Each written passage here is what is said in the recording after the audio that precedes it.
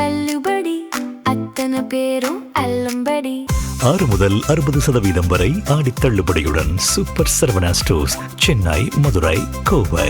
Opinion Tamil பார்வையாளர் அனைவருக்கும் வணக்கம். இன்றைய நேர்காணலில் நம்மோடு இணைந்திருப்பவர் திராவிட இயக்க தமிழர் பேரவையின் மாநில துணை பொதுச் செயலாளர் திமுக வழக்கறிஞர் திரு வைரமுத்து அவர்கள். சார் வணக்கம்.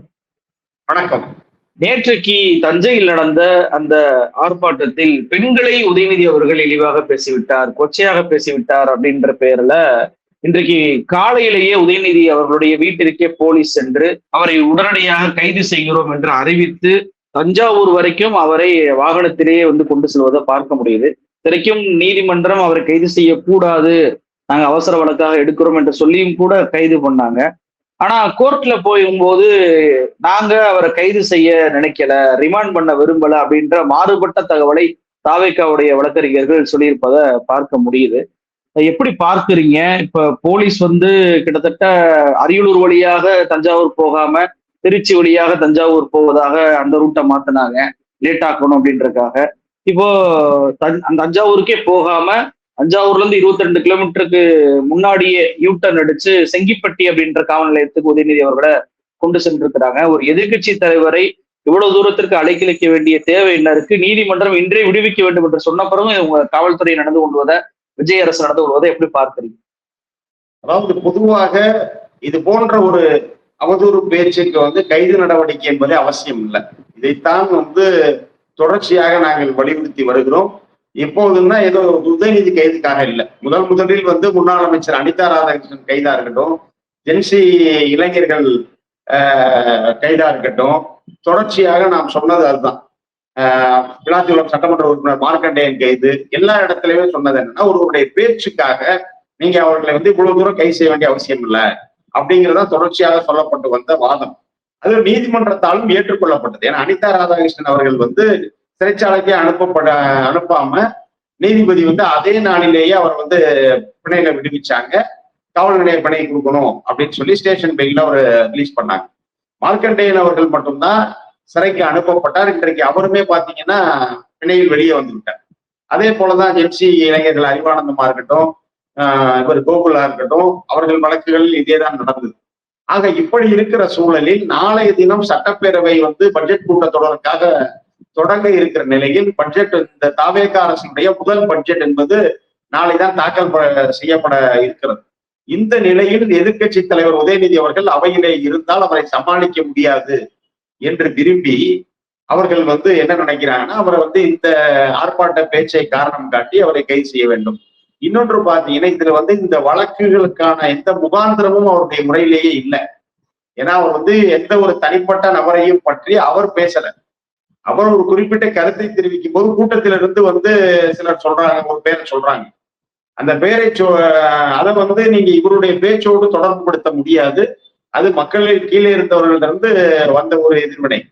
நீங்க அவ்வளவு பெரிய கூட்டத்துல ஒருவேளை நீங்களே அவரை சிக்க வைக்க வேண்டும் என்பதற்காக ஒரு தாவேக்க ஆட்கள் அந்த கூட்டத்துக்குள்ள அனுப்பி கூட நீங்க இந்த பேரை சொல்ல வச்சிருக்கலாம். யார் அந்த பேரை சொன்னாங்கன்னு அவ்வளவு பெரிய கூட்டத்துல நீங்க கண்டுபிடிச்சிட முடியுமா? அவர்கள் மீது வழக்கு பதிவு செய்து விட முடியுமா? இவருடைய பேச்சில் அந்த குறிப்பிட்ட ஆளை பத்தி பேசினாரா? எதுவும் பேசி அவர் ஏதாவது உங்களை தொடர்பு படுத்தி அவர் பேசினாரா? இல்லை. ஆக இப்படி ஒரு நிலையில இங்க இப்படி ஒரு கைது நடவடிக்கைக்கு அவசியம் இல்லை. அப்படி இருந்தும் கூட அவர்கள் கைது செய்யக்கூட ஒரு முயற்சியில ஈடுபடும் பொழுது சட்டம் தருகிற வாய்ப்பை திமுக பயன்படுத்துது.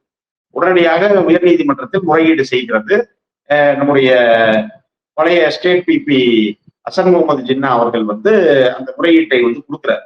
கொடுத்த உடனே அது 12 மணிக்கு விசாரணைக்கு எடுத்துக்கொள்ளப்படும் அப்படின்னு சொல்றாங்க. அப்ப அதற்குள்ளாக இவர்கள் கைது நடவடிக்கை செய்வார்கள், மேற்கொள்வார்கள் என்று உடனே அவர்கள் ஒரு ஐயத்தை எழுப்பிய போது அரசினுடைய வழக்கறிஞரை பார்த்து நீதிபதி சொல்றார், நீதியரசர் இளந்திரையன் அவர்கள் 12 மணிக்கு அந்த வழக்கு விசாரணைக்கு எடுத்துக்கொள்ளப்படும், அதற்குள் அவர் மீது கைது நடவடிக்கை எதுவும் எடுக்கக்கூடாது அப்படின்னு சொல்றார். ஆனால் அந்த உத்தரவு இங்க கைக்கு கிடைக்கலன்னு சொல்லி உடனடியாக நீங்க அந்த கைது நேரத்தில் நடந்த காணொலிகள் பாத்தீங்கன்னா கூட தெளிவா தெரியும். திமுக சட்டத்துறை இணை செயலாளர் பரந்தாமனாக இருக்கட்டும், அதே போல வழக்கறிஞர் சரவணன் அண்ணாதுரையாக இருக்கட்டும், அவங்க சொல்றாங்க, நீங்க செக் பண்ணுங்க, பிபிட்ட பேசுங்க அப்படின்னு காவல்துறை சொன்ன போது அதையெல்லாம் அவர்கள் மறுதளித்து விட்டு அவரை கைது செய்து அழைத்து செல்கிறார். அப்போ அவர்களுக்கும் தெரியும் எப்படி நீதிமன்றம் விடுதலை செய்ய போகுது அப்படின்னு. ஆனாலும் கூட அவரை சில சிரமத்துக்கு ஆளாக்கணும், அலைக்கழிப்புக்கு ஆளாக்கணும், அதன் மூலமாக அந்த குடும்பத்திற்கு தொந்தரவை ஏற்படுத்த வேண்டும், திமுகவினருக்கு வந்து சிக்கலை ஏற்படுத்தணும் அப்படிங்கிற ஒரு காரணத்தை காட்டி. உதயநிதி அவர்கள் கைதுன்னா தமிழ்நாடு முழுவதும் திமுகவினர் வந்து இதுல இறங்குவாங்க, மறியல் போன்ற நடவடிக்கையில் இறங்குவாங்க, ஆர்ப்பாட்டத்தில் ஈடுபடுவார்கள். அவர்கள் எல்லாரையும் கைது செய்யலாம். பல சட்டமன்ற உறுப்பினர்களை கைது செய்து வைத்து விட்டு அவர்களை காலையில் வரைக்கும் வச்சீங்கன்னா சட்டமன்ற உறுப்பினர்கள் நாளைய தினம் அவைக்கு வர முடியாத ஒரு நிலையை ஏற்படுத்தலாம் அப்படி என்று இவர்கள் திட்டமிட்டுத்தான் இந்த காரியத்தில் இறங்குகிறார். அப்ப மறுபடியும் வழக்கு விசாரணைக்கு வந்த போதும் கூட அரசு சார்பில் வாதிட்ட வழக்கறிஞர் சொல்றாரு, எப்படி நீதிமன்றம் விடுவித்து விடும் என்பதை தெரிந்து கொண்ட பிறகு எங்களுக்கு ரிமாண்ட் செய்த திட்டம் இல்ல, வெறும் விசாரணைக்கு தான் நாங்க அழைத்து சென்று போகிறோம் அப்படின்னு சொல்றாங்க. அப்போ விசாரணைக்கு அழைத்து செல்லுகிறவர்கள் வந்து, அதாவது ஒரு வழக்கு எந்த ஒரு வழக்கா இருக்குன்னாலும் ஒரு ஐஓ இருப்பார், அதாவது இன்வெஸ்டிகேஷன் ஆபீசர், விசாரணை அலுவலர் இருப்பார். அவர் யாருன்னா அந்த காவல் நிலையத்தினுடைய ஆய்வாளர் தான் பெரும்பாலும் இருப்பாங்க. அப்போ இந்த வழக்கு என்பது தாவேகாவினுடைய மகளிர் அணி நிர்வாகி பைரவி என்பவர் வந்து தஞ்சை கிழக்கு காவல் நிலையத்துல இந்த புகாரை கொடுத்திருக்காங்க. அதன் அடிப்படையில தான் முதல் தகவல் அறிக்கை வந்து பதிவு செய்யப்பட்டிருக்கிறது. 9 பிரிவுகளின் கீழே அவங்க மீது வழக்கு தொடரப்படுது. அப்போ நீங்க அந்த வழக்கினுடைய விசாரணை அலுவலர் யாரு? தஞ்சை கிழக்கு காவல் நிலையத்தினுடைய காவல் ஆய்வாளர். அப்ப அவர் என்ன செய்யணும்? அவர் அங்கேதான் வந்திருக்காரு. தஞ்சாவூருடைய துணை காவல் கண்காணிப்பாளர் டிஎஸ்பி வந்திருக்காரு, திருவிடைமருதூருடைய டிஎஸ்பி வந்திருக்காரு. ஆக இந்த வழக்கு சம்பந்தப்பட்ட முக்கியமான அலுவலர்கள் அனைவருமே அங்கே இருக்கிற ஒரு நிலையில எதற்காக வந்து நீங்க விசாரணைக்காக அழைச்சிட்டு போனோம் தஞ்சாவூருக்கு? இப்ப இது வந்து ஒரு குற்றச்செயலா? ஒரு குற்றச்செயல்னா நீங்க அது தொடர்பான ஒரு ஆவணமோ சாட்சியோ இல்ல ஒரு தடயமோ அந்த இடத்துல இருக்கும். அப்ப நீங்க அங்க அழைச்சிட்டு போய் விசாரிக்கலாம். இது முழுமையாக ஒரு பேச்சு சம்பந்தமான வழக்கு. இன்னைக்கு அந்த பேச்சு எல்லா இணையத்திலே காணொலிகளாக இருக்கிறது. பல்வேறு தொலைக்காட்சிகள் அதை வந்து பதிவு செய்திருக்கிறது. பல்வேறு இதுல வந்து தொலைக்காட்சிகள் எல்லாம் வந்திருக்கிறது. அதை போட்டு நீங்க விசாரிக்க போறீங்க, அவ்வளவுதான். என்ன இந்த இடத்துல இப்படி பேசிருக்கீங்க அப்படின்னு கேட்பதற்கு அவர் தஞ்சை கிழக்கு காவல் நிலையத்துக்கு தான் அழைத்து செல்லப்பட வேண்டும் என்பதற்கே அவசியம் இல்லை. ஆக விசாரணை அலுவலர் இங்கே இருக்கிற பட்சத்தில் அவருக்கான அடுத்த இமிடியட் சுப்பீரியர் யாருன்னா டிஎஸ்பி, அவரும் இருக்கார். ஆக இவர்கள் எல்லாம் இருக்கிற சூழலில் நீங்க வந்து அருகாமையில் இருக்கக்கூடிய காவல் நிலையத்திலேயே கூட அவரை வந்து நீங்க விசாரிக்கலாம். அவரை வந்து நீங்க ரிமாண்ட் பண்ண போறீங்கன்னா தான் நீங்க சம்பந்தப்பட்ட அந்த காவல் நிலையம் இருக்கக்கூடிய அந்த ஜூரிஸ்டிக்ஷன் இருக்கக்கூடிய மேஜிஸ்ட்ரேட்டை நீங்க கொண்டு போகணும். இங்கே அப்படி ஒரு திட்டம் இல்லைன்றதை நீங்க ஹைகோர்ட்லயே சொல்றீங்க. ஹைகோர்ட்டும் சொல்லுது இன்று உடனடியாக விசாரணைக்கு பிறகு அவர் விடுவிக்கப்பட வேண்டும் சொல்லுது. அப்ப ஹைகோர்ட்டினுடைய தீர்ப்பு, சென்னை உயர்நீதிமன்றத்துடைய உத்தரவு என்பது ஏறத்தாழ ஒரு 2:30 மணிக்கெல்லாம் கிடைச்சிருது. 2:30 மணி 3 மணிக்கெல்லாம் கிடைச்சிருது அப்படின்னும் போது நீங்க வழியிலேயே அவரை விடுவிச்சிடலாம். அருகாமையில் இருக்கக்கூடிய காவல் நிலையத்துல விசாரிச்சுட்டு அவரை விடுவிச்சிடலாம். ஆனால் அதற்கு பிறகும் அவர் தொடர்ந்து தஞ்சை நோக்கி அழைத்து செல்லப்படுகிறார். சார் ரைட், இப்ப இறுதியில் என்ன பண்றீங்க? தஞ்சை காவல் நிலையத்துக்கு அழைச்சிட்டு போகணும். ஆனா தஞ்சை கிழக்கு காவல் நிலையத்துல வழக்கு பதிவு செய்யப்பட்டிருக்கிறது. ஆனா தஞ்சை தெற்கு காவல் நிலையத்துக்கு அழைத்து போவதற்கு ஏற்பாடுகள் நடந்தது. அடுத்து வந்து என்ன ஆச்சுன்னா தஞ்சை தெற்குக்கும் கிடையாது அப்படின்னு சொல்லி இப்போது திருச்சியிலிருந்து தஞ்சாவூர் செல்கிற வழியில இருக்கக்கூடிய அந்த சிங்கிமுட்டி காவல் நிலையத்துக்கு அழைச்சிட்டு போறாங்க. அப்ப திருச்சி தஞ்சாவூர் அந்த புறவழிச்சாலையில் இல்லாம அது வந்து ஒரு வெளியில அவுட்டர்ல தள்ளி இருக்கு. அப்ப அந்த இடத்துக்கு இப்போ அழைத்து சென்றிருக்கிறார். அப்போ இன்றைக்கு வந்து அந்த வேனிலேயே அமர்ந்து கொண்டு அண்ணன் உதயநிதி இறங்கல வண்டி. உயர்நீதிமன்றத்தினுடைய தீர்ப்பு என்னை வந்து சம்பந்தப்பட்ட வழக்கு பதிவு செய்யப்பட்ட காவல் நிலையத்துல தான் விசாரிக்கணும்னு, எதற்காக இங்க கூட்டிட்டு வந்திருக்கீங்க? ஏன் ஒருவேளை வந்து ஆள் அனுபவப்பட்ட ஒரு இடத்துல வச்சு விசாரணை நடத்த வேண்டிய தேவை என்ன இருக்கிறது? கேட்டா அவங்க என்ன சொல்றாங்கன்னா அந்த இடத்துல மக்கள் கூடியிருக்கிறார்கள் அப்படிங்கிறாங்க. நீங்க மக்கள் கூடியிருந்தால் மக்கள் முன்னிலையில விசாரிக்க போறீங்க, நீங்க உங்களுடைய காவல் நிலையத்துக்குள்ளதான் விசாரிக்க போறீங்க. அப்ப அந்த காவல் நிலையத்துக்குள்ள அவரை அழைச்சி விசாரிக்க போகும்போது எதற்காக நீங்க சம்பந்தம் இல்லாம ஒரு ஆள் அருவமற்ற ஒரு காவல் நிலையத்துல தான் விசாரிக்கணும் அப்படிங்கிறதுக்கு அடம் பிடிப்பதற்கான அவசியம் என்ன இருக்கிறது? இதில் வந்து இல்ல இன்னொரு விஷயம் என்னன்னா, இதை மீண்டும் மீண்டும் ஏன் தாமதப்படுத்தணும்? கிட்டத்தட்ட 7 மணி நேரம் பயணம், அதாவது 11 மணிக்கெல்லாம் அவர் கைது செய்யப்பட்டார். இன்றைக்கு இப்போ மணி வந்து பாத்தீங்கன்னா கிட்டத்தட்ட வந்து ஒரு 6:30 மேல ஆகுது. அப்ப 7 மணி நேரம் 7:30 மணி நேரத்துக்கு மேலாக பயணம் செய்து வந்து நீங்க வேற ஒரு காவல் நிலையத்துல விசாரிக்கிறதுக்கு சென்னையிலேயே வேற காவல் நிலையத்துல விசாரிச்சுக்கலாம்ல. அதுவும் வேற காவல் நிலையம் தான், செங்கிப்பட்டியும் வேற காவல் நிலையம் தான். அதற்கு எதற்காக இவ்வளவு நேரம் பயணம்? இத்தனை காவலர்கள், இவ்வளவு அரசு வாகனங்கள் எடுத்துட்டு வர்றீங்க. இன்றைக்கு இருக்கக்கூடிய ஒரு எரிபொருள் தட்டுப்பாட்டில் இத்தனை வண்டிகளுக்கான அவசியம் என்ன இருக்கிறது, இத்தனை காவலர்கள் இதில் ஈடுபடுத்தப்பட வேண்டிய அவசியம் என்ன இருக்கு. தஞ்சாவூர்ல காவலர்கள் குவிக்கப்பட்டார்கள், சென்னை நீலாங்கரையில குவிக்கப்பட்டிருக்கிறார்கள், அவர் வருகிற வழிநெடுகளும் காவலர்கள் குவிக்கப்பட்டிருக்கிறார்கள். கிட்டத்தட்ட ஒரு 6 இடத்துல பயண மாற்றம் 5 முறை பயண திட்டத்துல மாற்றம் ஏற்படுத்தப்பட்டது. இப்ப நீங்க குறிப்பிட்டீங்க அரியலூர் வழியாக செல்லாமல் திருச்சி வழியா வந்தாங்க அப்படின்னு. அரியலூர்ல இருந்து தஞ்சாவூருக்கு 1.5 மணி நேரம் தான். ஆனா நீங்க பெரம்பலூர்ல இருந்து திருச்சி மறுபடியும் திருச்சியில இருந்து தஞ்சாவூர், ஆக 1.5 மணி நேரம் போக வேண்டிய இடத்த 3 மணி நேரம் வர்ற மாதிரி திட்டமிடுறாங்க. ஆக இப்படி அவரை நீங்க எப்படி கைது செய்ய முடியாது, சிறையில் அடைக்க முடியாது, குறைந்தபட்சம் ஒரு அலக்களிப்பை நாள் முழுக்க அவரை இது மாதிரியான ஒரு சிக்கலை ஏற்படுத்தலாம். ஏன்னா இப்ப உடனிருந்தவர்கள் மூலமா கிடைத்த தகவல் என்ன அப்படின்னா, அவருக்கு வழியில் எங்குமே உணவு கொடுக்கப்படலை. அப்படிங்கும் போது அவர் ஒரு சோர்வுக்கு ஆளாக்கப்படுவார். ஆக இப்படியெல்லாம் அவரை ஒரு மன ரீதியாக அவரை அவருடைய வலிமையை குற்ற செய்து விடலாம், அவரை அச்சுறுத்தி விடலாம் என்று அவர்கள் நினைக்கிறார். ஏதோ ஒரு வழக்கு விடும் அப்படிங்கிறதுக்காக ஓடி ஒளிபவர் அல்ல, அப்படி ஓடி ஒளிகிற கட்சியும் அல்ல. ஒரு வழக்கு வந்தப்ப கிட்டத்தட்ட 1 மாசத்துக்கு ஒரு கட்சியை சேர்ந்த யாருமே வெளியவே வரல. வழக்குல பேர் இல்லாத ஆளு கூட ஓடி ஒளிஞ்சாங்க. இன்னைக்கு அமைச்சராகவும் பாடநூல் வாரிய தலைவரெல்லாம் இருக்காங்க, அவன் பேரெல்லாம் கூட எஃப்ஐஆர்ல கூட இல்லை. ஆனா வெளியே வராம மாறு வேஷத்துல தெரிஞ்சதுல நம்ம பார்த்தோம். ஆனால் திராவிட முன்னேற்ற கழகம் எப்படிப்பட்ட இயக்கம்னா, என் மகன் மீது புகார் வந்திருக்கிறதுன்னு சொன்னீங்க, நேற்று வந்தீங்க, அவர் இல்ல, இன்னைக்கு வெளியூர்ல இருந்து திரும்பி வந்துட்டார், கூட்டிட்டு போங்க அப்படின்னு தலைவர் கலைஞர் அவர்கள் ஸ்டாலினை அனுப்பி வைத்த வரலாறு இந்த இயக்கத்துக்கு இருக்கிறது. எப்படி கலைஞருக்கு கள்ளக்குடி போராட்டமோ ஸ்டாலினுக்கு எப்படி மிஸ் ஆகோ, அதே போல இன்றைக்கு உதயநிதிக்கு இந்த வழக்கை இன்றைக்கு தாவேக அரசு ஏற்படுத்தி தந்திருக்கிறது. தேர்தல் தோல்விக்கு பிறகு கிட்டத்தட்ட உற்சாகம் இழந்திருந்த திமுகவினர் அத்தனை பேருக்கும் இன்றைக்கு ஒரே நாளில் ஒரு மிகப்பெரிய உத்வேகம் வந்திருக்கிறது. பழைய திமுக இன்றைக்கு களத்துக்கு வந்திருக்கிறது. ஆகவே நம்ம ஒரு வகையில இன்றைக்கு தாவேக அரசுக்கு நன்றி சொல்லணும். அந்த அளவில் தான் இன்றைக்கு இவர்களுடைய இன்றைய செயல்பாடு அமைந்திருக்கிறது. இந்த செயல்பாடு என்பது முழுக்க இன்றைக்கு காவல்துறை நடந்து கொண்ட விதம் என்பது சட்டவிரோதமானது. ஏன்னா 12 மணி வரைக்கும் கைது செய்யாதீங்கன்னு சொன்ன பிறகு கைது செய்யறாங்க. தஞ்சை அந்த வழக்கு பதிவு செய்யப்பட்ட காவல் நிலையத்துல விசாரணைன்னு சொல்றாங்க, இவங்க ஏதோ ஒரு காவல் நிலையத்துக்கு கூட்டிட்டு போறாங்க. அப்ப அந்த காவல் நிலையத்தில் ஒருவேளை அவருக்கு ஏதேனும் தீங்கு ஏற்படுத்தப்பட்டால் யார் வழியில மக்கள் நிற்கிறாங்க அப்படின்னா, கட்சியினர் நிற்கிறார்கள் என்றால் அவருக்கு பாதுகாப்புக்காக கூட அவர்கள் வெளியில இருக்கலாம். நீங்க அதை விட்டு புதுசா ஏதோ ஒரு ஸ்டேஷனுக்கு திடீர்னு கொண்டு போகும்போது அப்ப அங்க அவருக்கு ஏதேனும் தீங்கு ஏற்படுத்தப்படலாம் அப்படிங்கிற ஒரு அச்சம் அனைவருக்கு இருக்கத்தானே செய்யும். ஆக இது முழுக்க இது பொய்யாக புனையப்பட்ட வழக்கு. இந்த வழக்கு நிற்காது என்பது அவர்களுக்கு தெரியும். குறைந்தபட்சம் இந்த மன உளைச்சலையாவது அவருக்கு ஏற்படுத்திடணும். இன்னொன்று விசாரணையை எவ்வளவு தூரம் தாமதப்படுத்த முடியும். அதாவது நாங்க கைது செய்யல, ஆனா அதே நேரத்தில் விசாரணையே எங்களுக்கு இவ்வளவு நேரம் இருந்துச்சு அப்படின்னு சொல்லி ஒரு விடிய விசாரணை நடத்துவதாக காட்டி அவரை இந்த பட்ஜெட் கூட்டத்தை எப்படினாலும் அவர்களுடைய திட்டம் என்னன்னா, அந்த பட்ஜெட் கூட்டத்தொடர்ல பட்ஜெட் தாக்கல் செய்யப்படும் போது அவர் இருக்கக்கூடாது.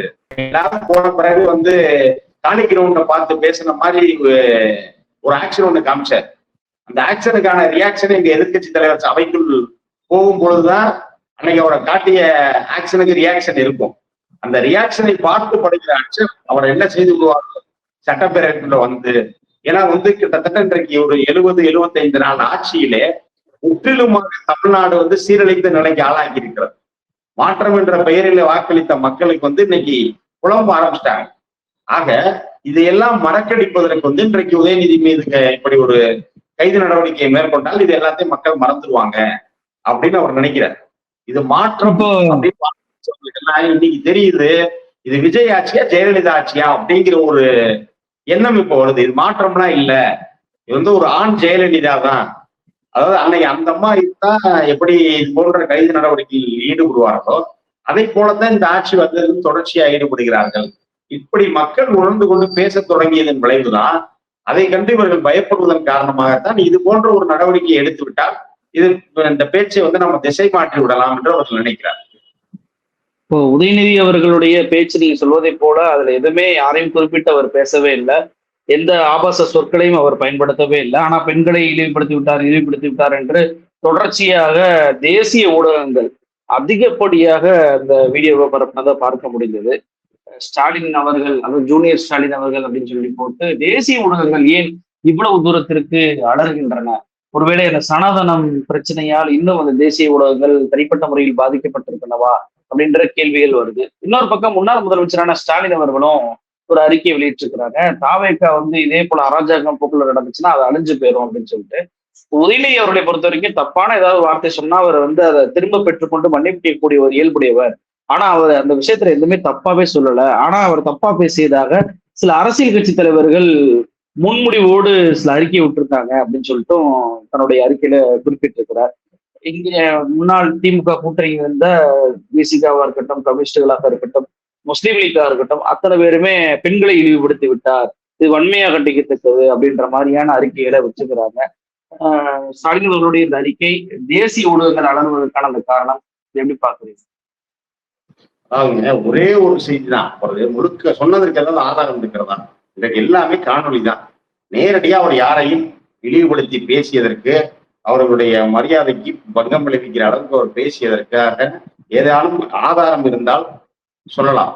ஆனால் இது எதுவுமே இல்லாமல் வெறும் வழக்கு புனையப்பட்ட ஒரு வழக்கை நம்பி நீங்க இன்றைக்கு இடதுசாரி கட்சிகளா இருக்கட்டும், விசிகாவா இருக்கட்டும், இதை பேசுகிறார். இன்றைக்கு அப்படின்னா ஓப்பனா ஒரு முதல்வர் பேசினார். திருச்சி கிழக்கில் நன்றி அறிவிப்பு கூட்டம் என்ற பெயரில் வந்துட்டு இடைத்தேர்தல் பரப்புரையை மேற்கொண்டார். திருச்சியில பேசும்போது சொன்னார், கவர்ச்சின்றாங்க, நான் என்ன அப்படின்னு சொல்லி ஒரு கேப் விட்டார். அதற்கு என்ன அர்த்தம்? அப்ப அவர் பேசியது யாரை கொச்சப்படுத்துவது? பெண்களை கொச்சப்படுத்துவது தானே. அவர் கேட்க வந்தது என்ன? கவர்ச்சின்றாங்களே, நான் என்ன அப்படின்னு கேட்டுட்டு அவர் நிறுத்தினதுக்கான அந்த இந்த பிளாங்கை ஃபில் பண்ணீங்கன்னா இங்க என்ன வார்த்தை வரும்? நீங்க உண்மையை பேசினா அது இன்றைக்கு பிஎன்எஸ் சட்டத்துல பாத்தீங்கன்னா அதனுடைய அந்த பேச்சுக்கு பிரிவு 79 கீழ் வழக்கு பதிவு செஞ்சது. அப்படிப்பட்ட பேச்சு தான் அவரோட பேச்சு. அதே போல தொடர்ச்சியாக அந்த அமைச்சர்கள் அத்தனை பேருமே அவருடைய நடந்து கொள்கிற விதம். BS பாபு, அக்கட்சியினுடைய குளத்தூர் சட்டமன்ற உறுப்பினர் BS பாபு பேசுறார் ஒரு கூட்டத்துல, ஒரு அப்பனுக்கு பிறந்திருந்தா அப்படின்ற வார்த்தையை அவர் பயன்படுத்துறார். இது யார கொச்சைப்படுத்துவது? இது பொதுவெளியில் அருவருக்கத்தக வகையில பேசுறது இல்லையா? இன்றைக்கு நீங்க அதே பிரிவு தான் BNS பிரிவு 192 ஆனால் உதயநிதி மீது அந்த 9 பிரிவுகளில் ஒன்று. ஆனா இன்னைக்கு அதே பிரிவை நீங்க BS பாபு மீது பயன்படுத்திட்டு வேண்டாமா? ஆக இப்படியெல்லாம் பொதுவெளியில பேசினவங்களை விட்டுட்டு அண்ணன் உதயநிதி மீது போடப்பட்டிருக்கிற பிரிவுகளில் இன்னொரு பிரிவு 196. ஆனா அந்த பிரிவில் நீங்க அதே வகையில ஆதவ் பேசினார்.